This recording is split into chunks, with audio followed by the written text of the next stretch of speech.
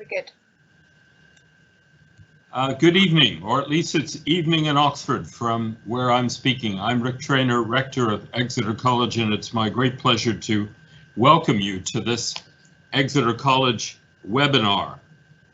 We have found during the pandemic period that although we had to go to this medium for obvious practical reasons, that it's actually proven to be very popular and has allowed many of our alumni and friends across the world to tune into talks which they never could have been able to attend in person. So although in due course we fully intend to resume in-person visits to our alumni around the world, and we'll have in-person seminars here in Oxford, I don't think we're ever going to give up. So it's a great pleasure to welcome you this evening. Just before I introduce our speaker, just to say that if you have questions arising from the talk, you can put those into the Q&A function of Teams, which is available there on your toolbar. We may not get to them all at the end. If not, apologies, but if you feed them in, at least you have a sporting chance of having your question selected. Tonight's speaker, Professor Joseph Nye, is a very appropriate person to give an Exeter webinar. As many of you know, he's an alumnus of Exeter. He was a Rhodes Scholar at Exeter, where he read PPE in between doing his undergraduate degree at Princeton and his PhD at Harvard, and he's an honorary fellow of the college. He's also a very prominent scholar and teacher of international relations and political science more generally, and an incredibly productive one. My count, and this is a running total, is 17 books, and that's not including one novel. He's had a long career at Harvard, where he was, for a time, a dean of the Kennedy School, and he's a very active professor emeritus at the Kennedy School and at Harvard more generally. And his influence has extended to the sort of thing scholars can only dream of, coining a phrase, soft power, which has now become common parlance the world over. And also, as very few scholars managed to do, he sustained this wonderful scholarly productivity while having two actual spells in the American government as a practitioner of foreign policy. And the final qualification, no others are needed, obviously, for him being an appropriate speaker, is that he has a wonderful record of giving seminars for Exeter. This is my 6th year, or beginning my 7th year as rector, and this is the 6th consecutive occasion. It would originally have been in June in Oxford, but the 6th consecutive invitation of mine, which Joe Nye has accepted, and I know he spoke at Exeter many times before I arrived. So not only is he a very appropriate speaker, but his topic couldn't be more important or more timely. The last of his books published so far is Do Morals Matter? Presidents and Foreign Policy from FDR to Trump, published by Oxford University Press. And his topic tonight is closely related to that. Do Morals Matter? The American Election and Donald Trump. So Joe, with something like 5 days, 6 days, 5 days to go, we turn over this tempting agenda to you. Welcome.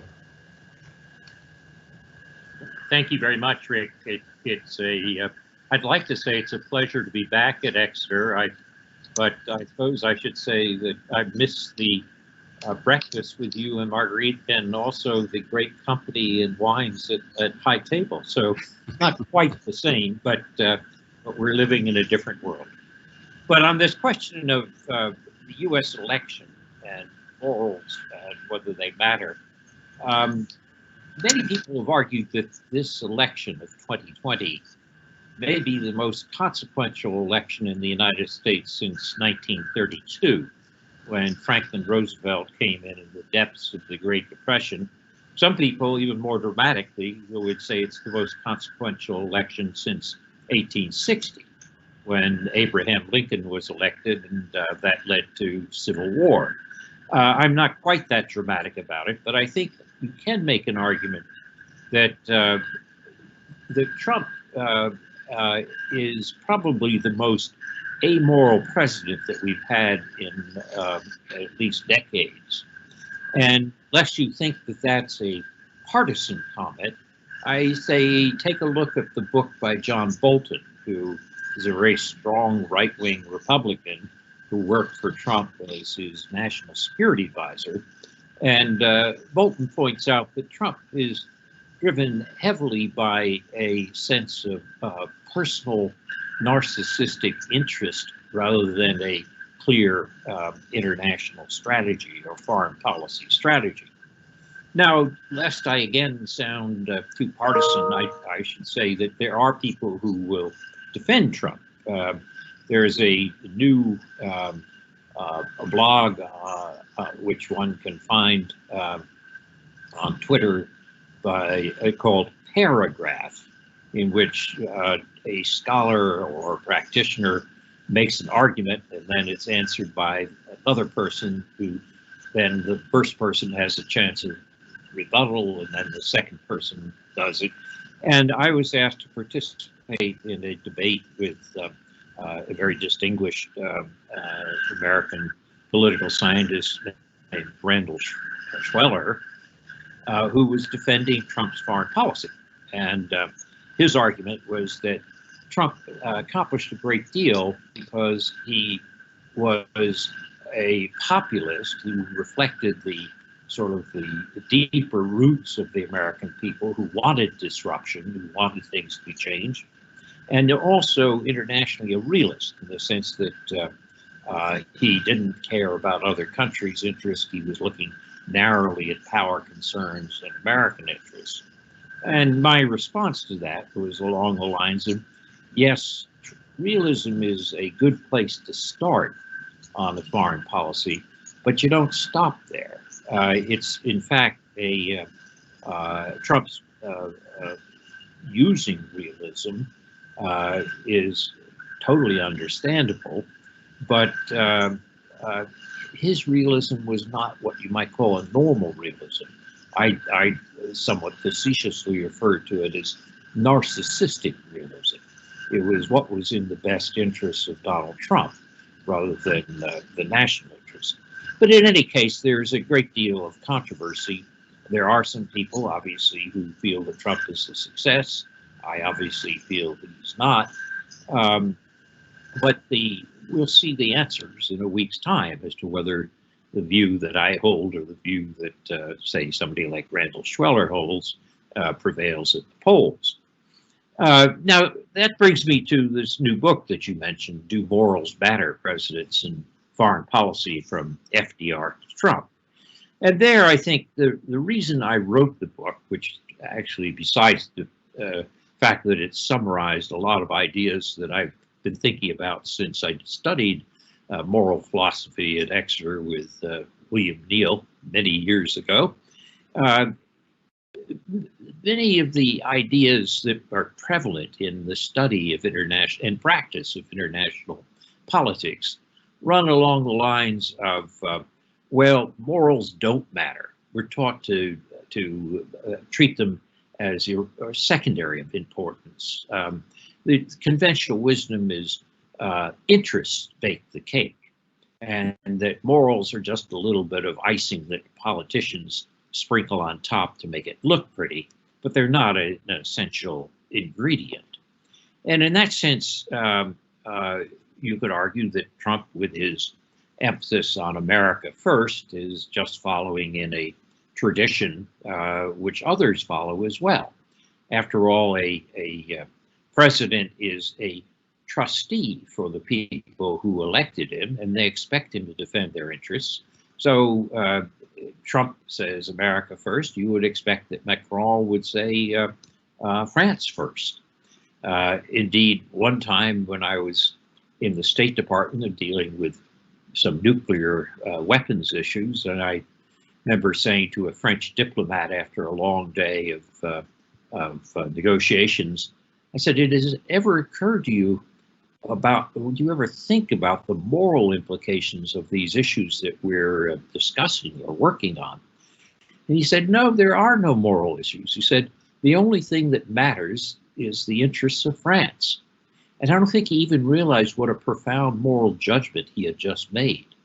And I think that's really kind of typical of how people think about the role of morality. My complaint with Trump is not that he treats American interests first or says first. It's with how narrowly he defines the interests. The moral issue comes in when you decide, not am I going to defend the national interest, but how do I define the national interest that I defend? For example, if you take the period after World War II, when Harry Truman launched the Marshall Plan, which represented America giving about 2% of its gross national product to help the recovery of Europe. He could have taken a narrow view, such as the Americans took back in the 1920s after World War I, and said, you know, we loaned the money to you, now you pay it back. Instead, he thought that if Europe recovered, that would be good for Europe and good for the Americans at the same time. In other words, he defined the national interest in broad terms rather than in narrow transactional terms. And that's where morality can come in and play an important role. Now, the people who still challenge that would say, well, yes, but international relations is an anarchic world. In the strict meaning of the word anarchic, there is no higher government, anarchy. And in that sense, everything on self-help. In the realm of self-help, you'd have to depend on yourself and just defending your national interests narrowly for survival. And there's something in that. There are some occasions when defending yourself is a matter of survival, or defending your nation is a matter of survival, and where you basically have to do things that we would say are immoral in normal terms. The classic case of this is, of course, the famous action that Churchill took in 1940 after Hitler had broken through the Ardennes and driven Britain's troops into the sea at Dunkirk. The question was what was going to happen to the French Navy. And Churchill said, if Hitler gets hold of the French Navy, it's going to be impossible for the Royal Navy to defend our shores. And so he bombed his ally. Britain bombed the French fleet, killed 1,300 French sailors. And you say, oh, isn't that horrible? As a moral action, it was indeed pretty hard to accept. On the other hand, Churchill's argument that was a matter of survival, for survival of the British people, and that was what he was elected to do. And in that sense, you could argue that under those extreme circumstances, lifeboat ethics prevails. There is no chance to look at other things. But the thing that's interesting is that most of international relations and foreign policy is not about survival. It's about a wide range of interests and issues. And in that sense, to treat everything as though it's lifeboat ethics or a matter of survival is a cop-out. For example, when the Saudi journalist Jamal Khashoggi was assassinated and dismembered in the Saudi consulate in Istanbul, it was a very horrible thing which should be condemned. Trump's reaction to it was, well, it's a tough world out there. We can't be moralistic about it. If we have to sell arms to the Saudis, we have to buy oil from the Saudis, we can't let things like this interfere with our national interest. But even the conservative editorial page of the Wall Street Journal said, no, that's not enough. We have other values that we have besides just oil or arms. And there should have been a statement saying this is abhorrent. You don't have to break off relations with the Saudis or have it's something of that dire a circumstance. But you could imagine withdrawing the ambassador for consultations. You could imagine a statement expressing horror at the nature of the action that was taken, or even deciding not to sell more arms to the Saudis as they pursued their war in Yemen, which was so brutal to so many civilians. So the answer, I think, is that morals do matter, in the sense that there are many times when you can define the national interest beyond just a matter of survival. And those issues of what matters does have a very important moral component to it. And in that sense, I think this represents basically something which is very true about human beings, which is there's been a debate in the United States which was associated with Steve Bannon, who was a counselor to Trump at a time, called the rootless cosmopolitans versus the true nationalist patriots. And the argument was that you were either one or the other. But in fact, most of us are both, or more than that. Humans are capable of multiple senses of identity and multiple social roles. And in that sense, our moral obligations vary with those roles. I mean, we feel ourselves members of a family, members of maybe of a town or village or region, members of a nationality, members of a profession, and there are different obligations that go with all of these, including a feeling of being part of a broader humanity, a cosmopolitan humanity. And so if you imagine, I use this simple little example in the book of, imagine you're reading by the beach and you're just about to finish a very engrossing chapter, and you hear somebody calling from the surf, help, help. Would you say, no, I want to finish the chapter, or would you put down the book and see if you could save this person? Well, I suspect that that would make you put down the book. But suppose you're about to finish the chapter, again, a very engrossing chapter, and you hear a call from the surf, but it's in a foreign language. Suppose it's ayúdame, ayúdame. You say, oh, not my nationality, I can finish the chapter. Of course not. You put down the book and you see if you could help this person get out of the surf. On the other hand, if you were in the same situation and you heard a call, or you heard two calls, and there were two children in the surf, one of them was yours and one of them was a stranger, you wouldn't flip a coin to say that you would go first to your child, because the additional role of parent adds additional moral obligations. And in that sense, we're all a mixture of these different concentric circles of identities which have different social roles and different moral obligations with them. So this debate that we've been having in the Trump era of rootless cosmopolitans versus true patriotic nationalists is really a false debate. And when we look back in our history, of where you look at the nature of who we are as a people, it doesn't capture what's really our interest as a people in foreign policy. It defines our national interest much too narrowly. In fact,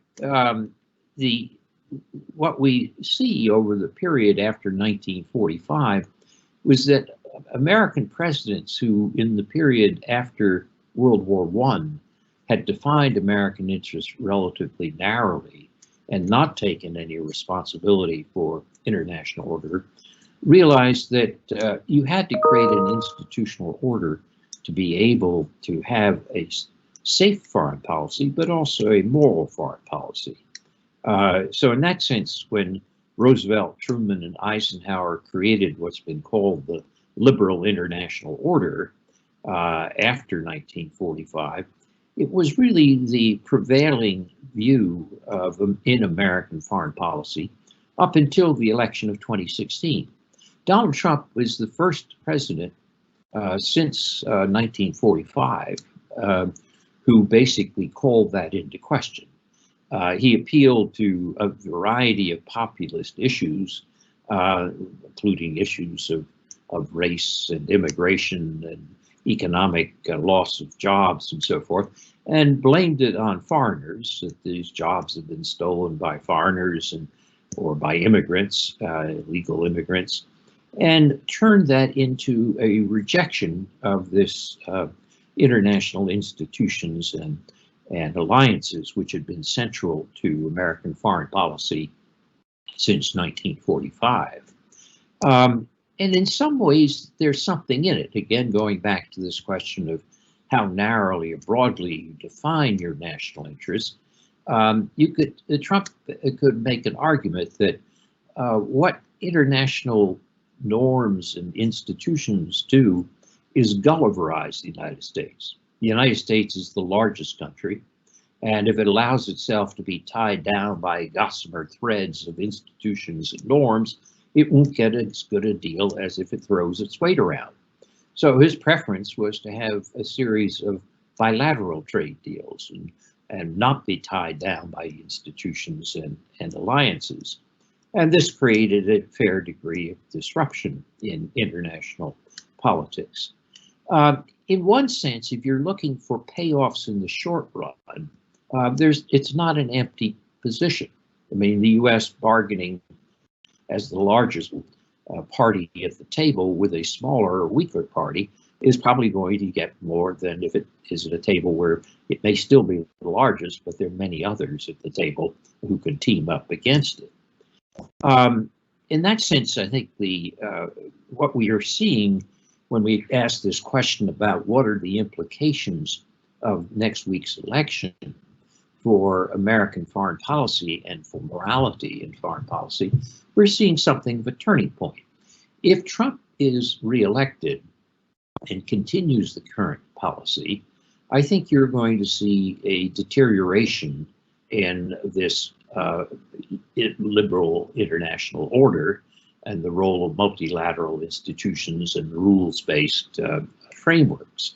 What we've already seen it in the first term, with Trump withdrawing from the Paris Peace Accord and the World Health Organization and the joint agreement on Iranian nuclear affairs. And I think you're just going to see more of the same if that occurs. And his defenders, such as the persons I referred to earlier, would defend that, saying that he's supposed to do that. He's supposed to defend American interests. But there's another way of looking at that, which is that set of institutions are crucial to being able to take a broad view of the national interest.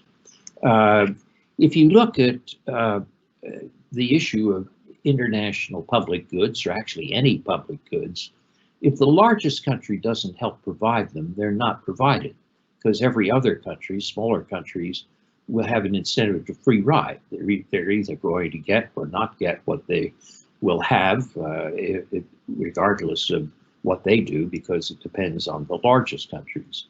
So in that sense, the Americans in the 1930s were free riders, but after 1945, they created an institutional order.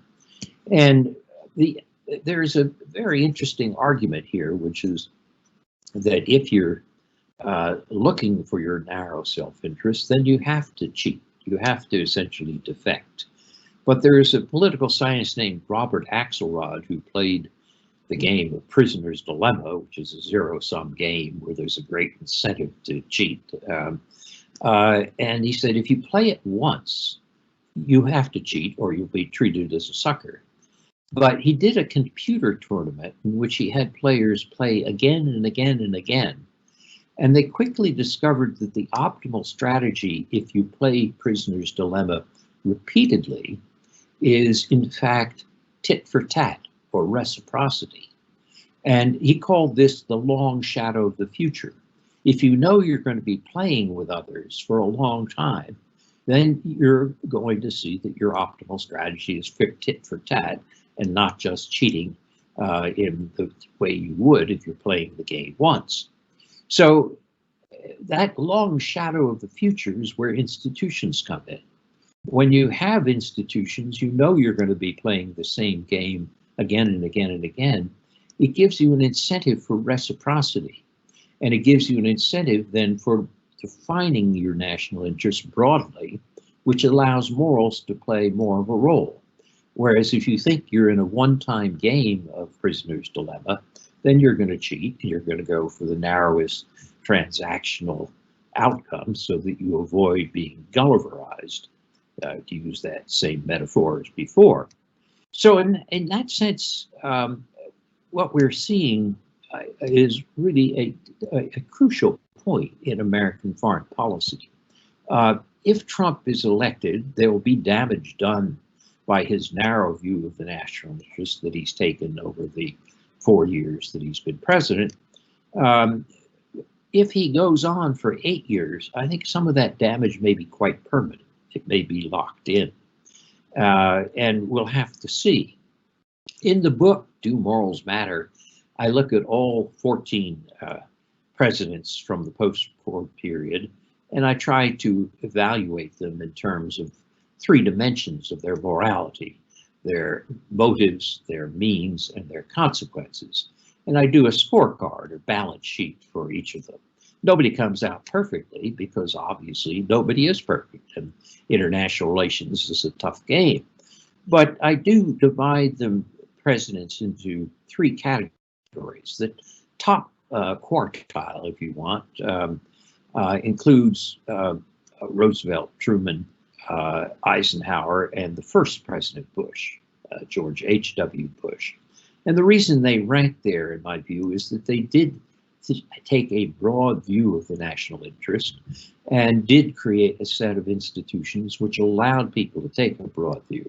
Doesn't mean all their actions were perfect, they clearly weren't, but it means that they did create a framework which allowed a broader view. My bottom quartile, if you want, there was Lyndon Johnson, even though he was terrific on racial issues domestically. On foreign policy, his putting 560,000 American troops into Vietnam was a disaster, and didn't have the courage to cut his losses and to get out. I put Richard Nixon down there, even though he did some good things in foreign policy, such as the rapprochement with China, or the opening to China. But he, again, decided to kill 22,000 more American lives and countless Vietnamese lives, pursuing what he called a decent interval between when the Americans got out of South Vietnam and when Hanoi took over. Turned out to be worth 2 years. Is it really worth killing that many people for a 2-year decent interval? And the third person I put down in this bottom quartile is George W. Bush, the son of the person I put in the top quartile. And that's because of his behavior in the Iraq War, where his intentions may have been good, but he didn't have the means. He was negligent in not doing due diligence about whether he could pull off democratization and freedom for Iraq and the Middle East. And he had horrible consequences, which was it strengthened al-Qaeda in Iraq, which morphed into ISIS, the Islamic State, which had terrible immoral consequences. So I would argue that in legal terms, we would call that culpable negligence. And the fourth person who ranks in my bottom quartile is Donald Trump. Though I have to be, in all fairness, as a teacher, I have to give him an incomplete rather than a final grade. Incomplete because his term isn't yet over.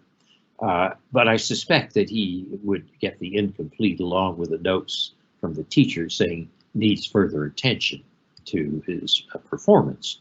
And the reasons for my rating of Trump down there are those which I've already mentioned, of his excessively narrow definition of American national interest.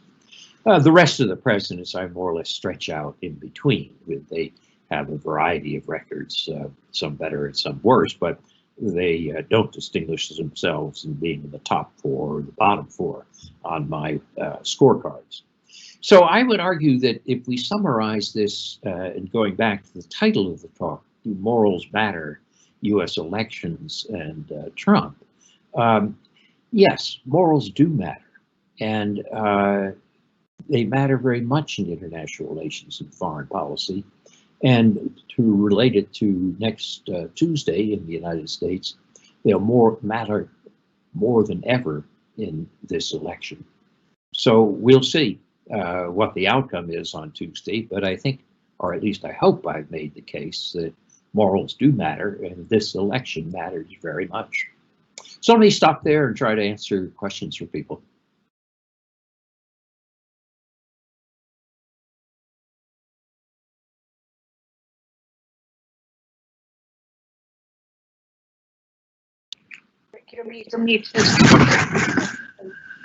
Thank you very much, Joe. We're very grateful for that very balanced and insightful analysis of Donald Trump and foreign policy, and more broadly, of course, the whole issue of morals, the American presidency and foreign policy. Now, I'm hoping that through the wonders of Microsoft Teams, and especially my colleague Amelia Cross, on whom this whole enterprise depends, that Professor Nye and I will shortly now be able to see the questions. No one submitted any questions yet. Have they not? Well, Rick, you can ask me one about what's going to happen Tuesday. Okay, well, let's start with that, Joe. People will be heading down, as you know, legal betting in Britain. People will probably be heading to the betting shops if they're listening in the UK. Well, what's interesting to me is that if we had taken this bet or made this bet back in January, Trump survived impeachment and kept all of his Republicans on board to get his acquittal in the Senate, and the economy was in good shape. The conventional wisdom was that Trump would get reelected. That essentially there's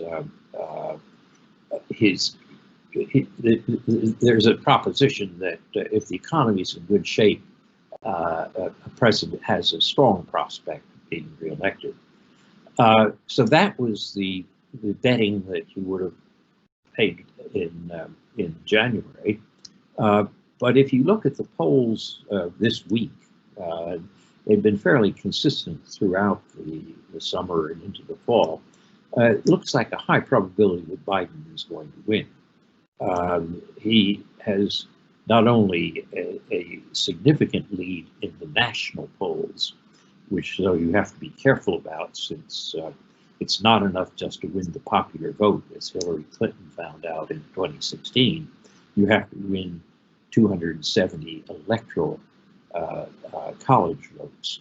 And the electoral college is basically each state gets an elector in proportion to the number of representatives it has in the House of Representatives and the 2 senators that it has in the Senate. And that, of course, helps the small states, small and rural states. So in 2016, Trump won several states in the upper Midwest that gave him an electoral college majority, even though Hillary Clinton won the popular vote by nearly 3 million votes. But that popular vote then represented essentially a lot of people in California and New York, the 2 coasts, and their votes, in a sense, were wasted because it was votes in Wisconsin and Michigan and Pennsylvania that turned out to give the electoral college change to Trump. In that sense, if you look at the prospects for next Tuesday, what's interesting is not that Biden has a large lead in the popular vote. Depending on the poll you look at, some people would be saying that he's got 7 or 8 points lead in the popular vote. What's interesting and most interesting is he appears to be ahead in number of states which will produce 270 electoral college votes.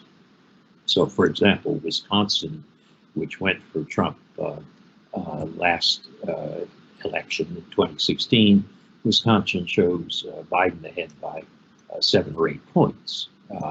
Pennsylvania is closer, Michigan is somewhat closer, but nonetheless, it's hard to see how Trump gets to his 270 based on the way not just the overall polls, but the particular polls in states that are measuring the different capacities in the electoral college turnout. So I think you'd bet on Biden at this stage, and that's a considerable change from January. And you say, wait a minute, what caused this? I think the single most important factor was COVID. So as people say, if you think that Trump is a disaster and his reelection would be a disaster, it would be rather ironic to conclude that the salvation turned out to be a small virus which has killed more than 200,000 Americans. Could I follow up that question by asking you how far you think foreign policy, moral or otherwise, is actually a factor in this 2020 U.S. presidential election? I don't think policy is going to matter very much. There has been an emphasis on focusing on China in foreign policy. Trump has accused Biden of being too soft on China and trying to be extra tough on China. I don't think that's going to be a major factor. There is obviously Trump is trying to claim success in the Middle East, where he's been able, in fact, to give him some credit to pull off some recognition of Israel by the United Arab Emirates and Bahrain and so forth. And the hope was that would be a foreign policy success. He was also hoping for, or claiming that he's on a successful track with Kim Jong-un on North Korean nuclear weapons and so forth. But frankly, these are being pretty much lost in the noise. The single most important issue is COVID, and closely related to COVID is the economy. The economy is starting to come back, but as most of the experts will tell us, you're not going to solve the economy until you solve the pandemic. And the latest numbers on the pandemic have been going the other way. The president said in his debate last week, we've turned the corner.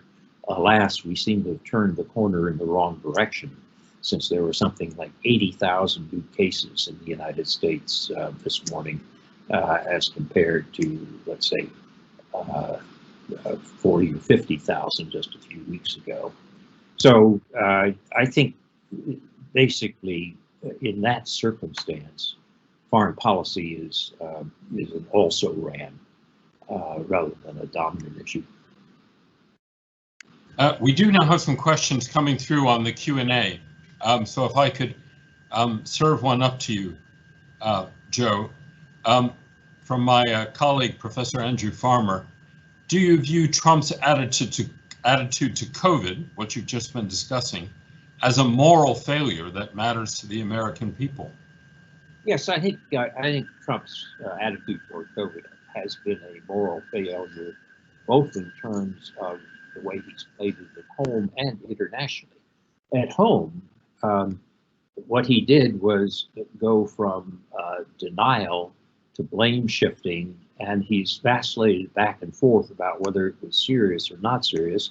And many people have said that if he had taken it seriously and listened to scientific advice and been consistent on this, there might have saved 100,000 lives. And that, the fact that he didn't, strikes me as immoral.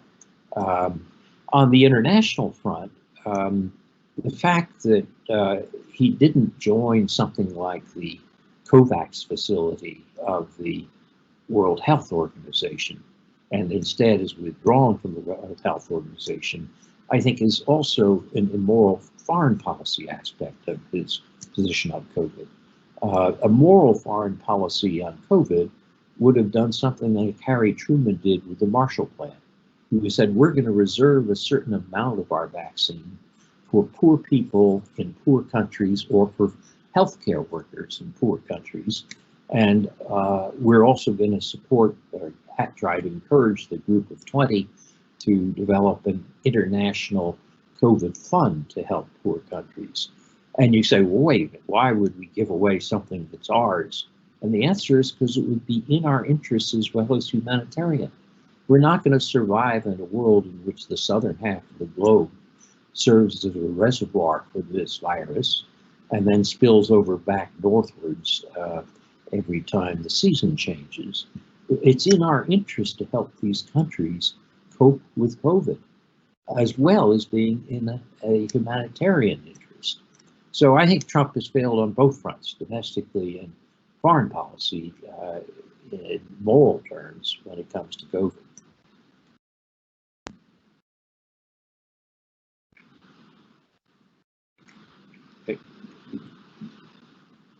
Mute. Rick, Sorry about that. A question here from Oliver. Do you think that COVID has increased the incentive to be seen as moral on the international stage, or has it instead encouraged countries to be clearly self-serving? Well, it's actually had both. Machiavelli often said that it's less important to be moral than to appear moral. And China is a good example of Machiavellian behavior. China's initial behavior on COVID was pretty bad. It was almost, China and the United States both had leaders who first engaged in denial and then in blame shifting. And then after, but where China did better was finally getting it under control. But it's also tried to generate an image as a benign country that's helping others by what I call face mask diplomacy, providing protective equipment to countries and promising them get vaccine and so forth. So China has tried to recover from the blow that it took to its soft power, its attractiveness, by its initial failures, by turning to this apparent policy of benign helping of others. I don't think it's worked very well because, for example, in Europe, many people have said, well, what's China up to? It's sort of transparent what it's up to.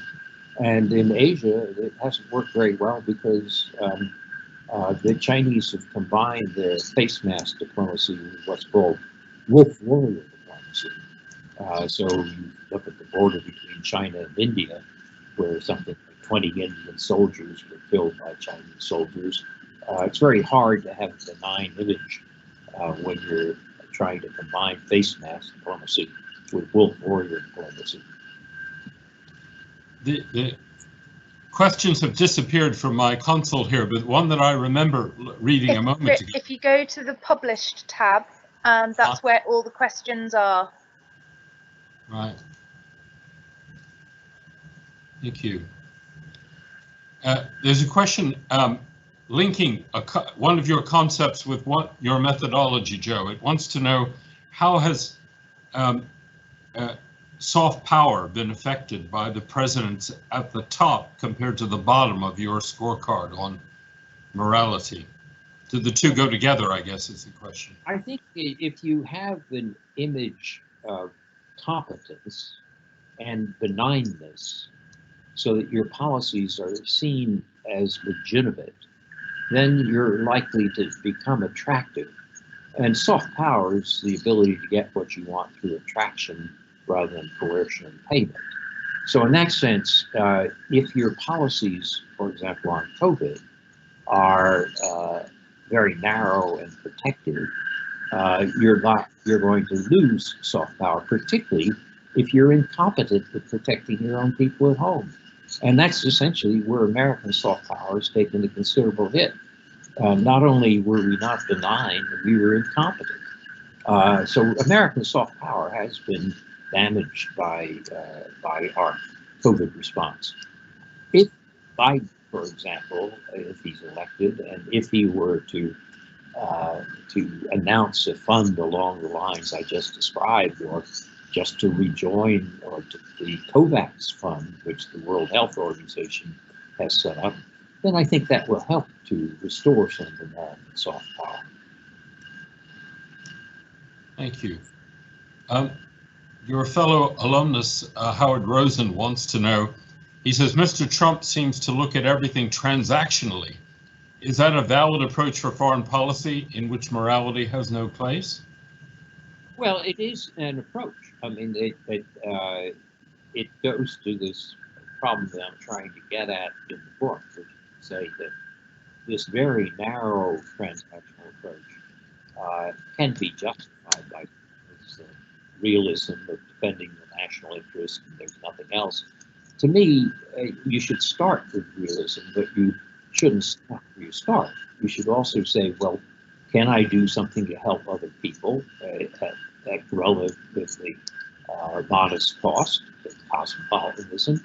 And also, what about this liberal framework which protects the rights and institutions of others? So I would argue that a moral foreign policy starts with realism, because if you're not realistic, as the famous saying goes, the road to hell is paved with good intentions. You also have to have appropriate means and a high prospect of good consequences. That's what realism is about. But you don't have to stop with just the narrow transactional approach. You can say, all right, would I be better off in the long run? Would my country be better off in the long run if I did some actions which were benign as well as narrowly transactional? And to go back to this example I've used of a Marshall Plan for COVID, that would be an example of not a narrow transactional, but a broad definition of the national interest. And the morality there, I think, would be helpful to us in the long run, as well as being the right thing to do. Thank you. Maggie Henderson, too, has asked the question, assuming that Biden wins, what difference do you think it will make to America's moral position on matters of international policy and indeed domestic policy, given the importance of climate change? Well, Biden has already announced that on day one of his presidency, he would rejoin the Paris Climate Accords. And he's also said that he will rejoin the World Health Organization. So I think you're going to see a quite different policy internationally. But it's also intriguing that in the last debate with Trump, Biden came up with a statement which Trump jumped on and tried to use, which was Biden said, we're going to have to phase out the oil industry. And let's face it, if we're going to be serious about climate change, we're going to have to treat natural gas as a transition fuel and try to get out of the whole oil industry. Trump's jumped on that and said, I hope you people in Texas and Oklahoma and Pennsylvania heard that, because that's the world that you're going to get.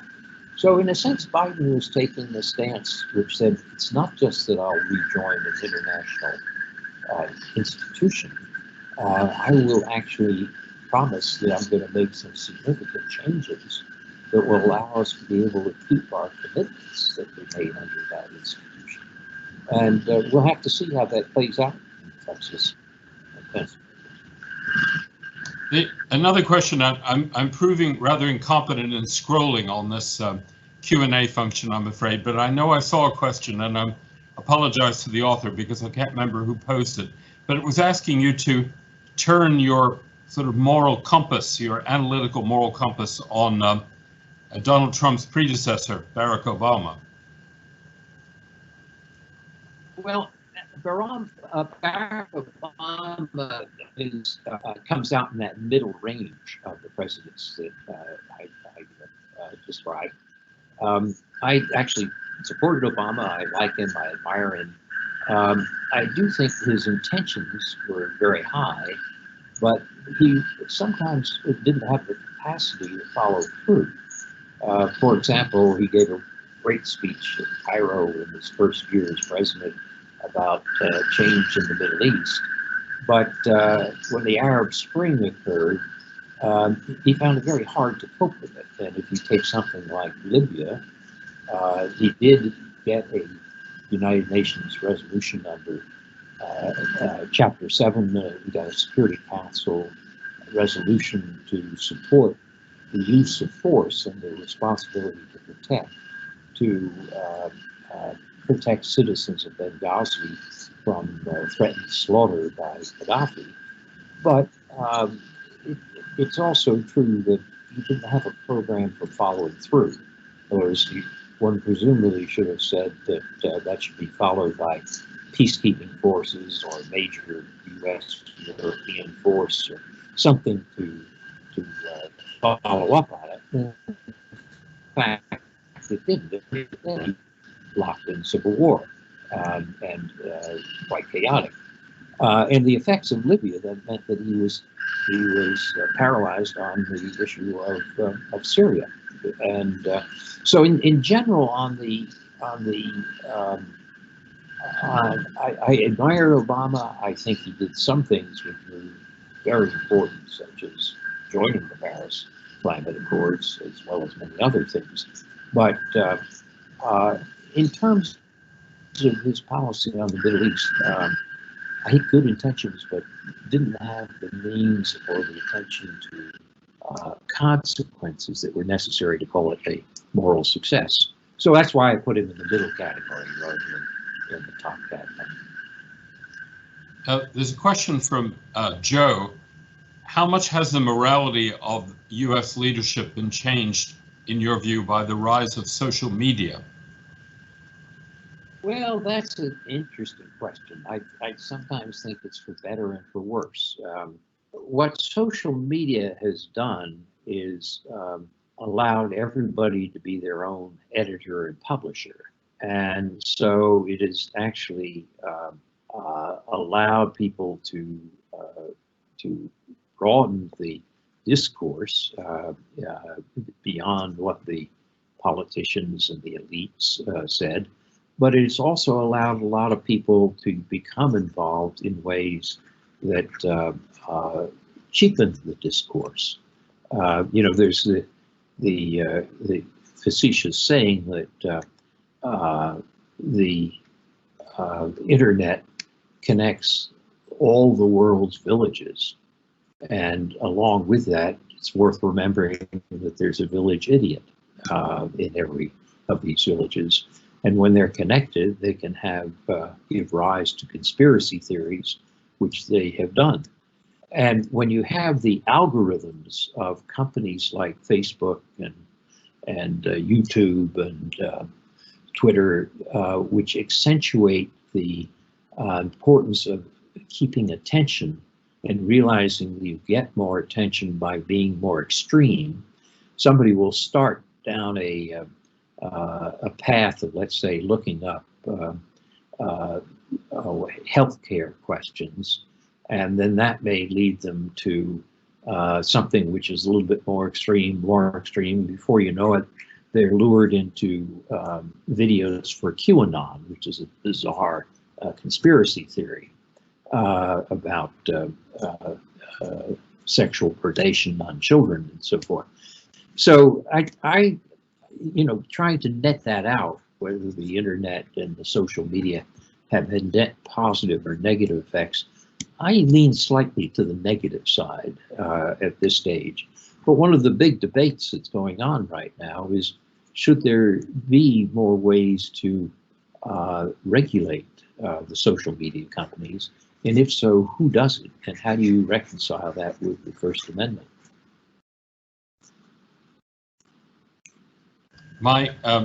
Our former bursar and Emeritus Fellow William Jensen has asked you a question. To what extent do you think that President Trump's narrow approach to the U.S. interest has started a process that will end in the loss of U.S. international hegemony? Well, first, hello, William. But I think there is a danger that if he's reelected, we have to have eight years or 4 years of Trump. It'll be hard to see America recovering some of its soft power. On the other hand, if you look at the historical precedent of the Vietnam War, it's worth remembering that people were marching through the streets of the world singing anti-American songs. They were protesting American policy. The United States was very, very unpopular in 1970. But what's interesting is that the songs that they sang were not the Communist Internationale. They were Martin Luther King's "We Shall Overcome." And the fact that an anthem from American civil society, the civil rights movement, was the means by which people communicated, indicates that there's something for American soft power that rests in the strength of the civil society, not just the foolish policies of the government. So I tend to be somewhat optimistic that we can recover from Trump. But as I said, 8 years will make it a lot harder than 4. Rufus has asked a question about how can states which act immorally be held responsible given the anarchic nature of international relations, in particular when those states are some of the strongest economically and militarily, China, for example? Well, this is a very interesting and important question. One effort to respond to this has been the International Criminal Court. But when you think about the fact that the most powerful states, China, Russia, US, India, and so forth, have not joined the court, then it's unlikely that that's going to be the means to do it. So that suggests that the way that states will be held accountable will be through policies of naming and shaming, or perhaps through policies of sanctions, particularly sanctions targeted at individuals who have particularly egregious behavior. So, for example, you can see the behavior of China and Xinjiang in terms of re-education camps for Uyghurs. You can see that that has hurt China's reputation in naming and shaming. But in addition to that, the U.S. has tried to put sanctions on identifiable Chinese officials who have been particularly repressive in terms of the behavior to the Uyghurs. So you're left there are cases where the international courts may make some difference, but by and large, you're going to be left in a world where it's going to be dependent upon other states and public opinion in other states. We're coming toward the end of our time, but an interesting question from Henry Brown. He says that Donald Trump has surely made a big thing of what he claims to be the U.S. national interest. You argue that there is a longer-term dimension using international organizations. Why do you think it is that Trump isn't conscious of that longer-term dimension? Well, that's a great question, and I wish I knew the answer for sure. But as I speculate in my book, this is a man whose first job in politics was the #1 job as president. He didn't come up through the ranks. This would be impossible in Britain, where you'd have to at least have some time in Parliament where people would have a chance to look you over. So Trump's basic experience was as a transactional real estate dealer in New York, followed by a reality TV host, where the secret to success is simply to keep the attention of the camera focused on you, no matter how many lies you tell or how unrealistic you are.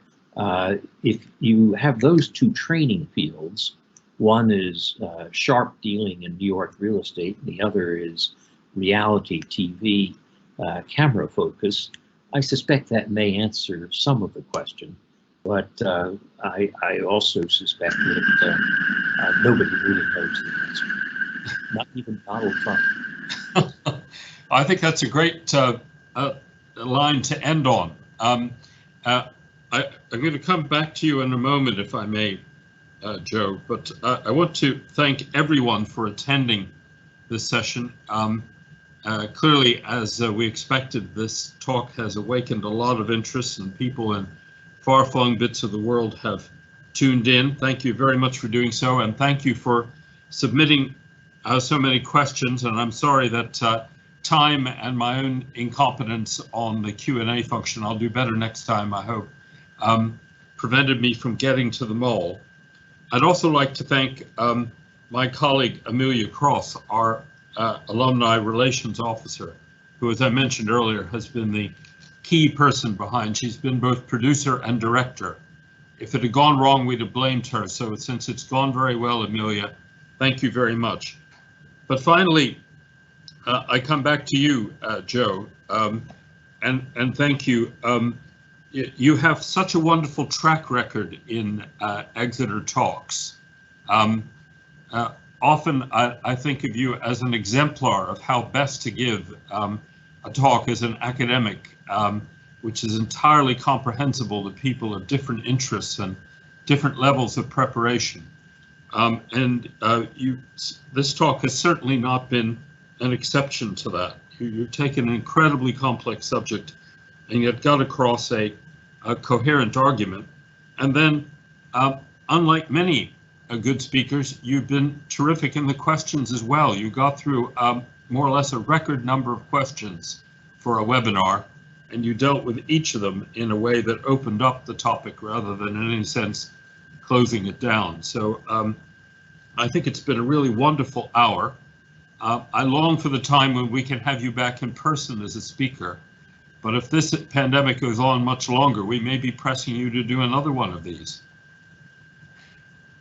Well, I'm hoping that I will do it next. Let's call it sometime in Trinity term. But I really, next time I really want to have some of Marguerite's marmalade at breakfast and a glass of your port. We're going to do everything we can to make that come true, Joe. Thank you very much indeed. We've really enjoyed having you as our webinar speaker. I always love Exeter College. That's great. You're a wonderful exemplar of its education. Thank you all. Thank you.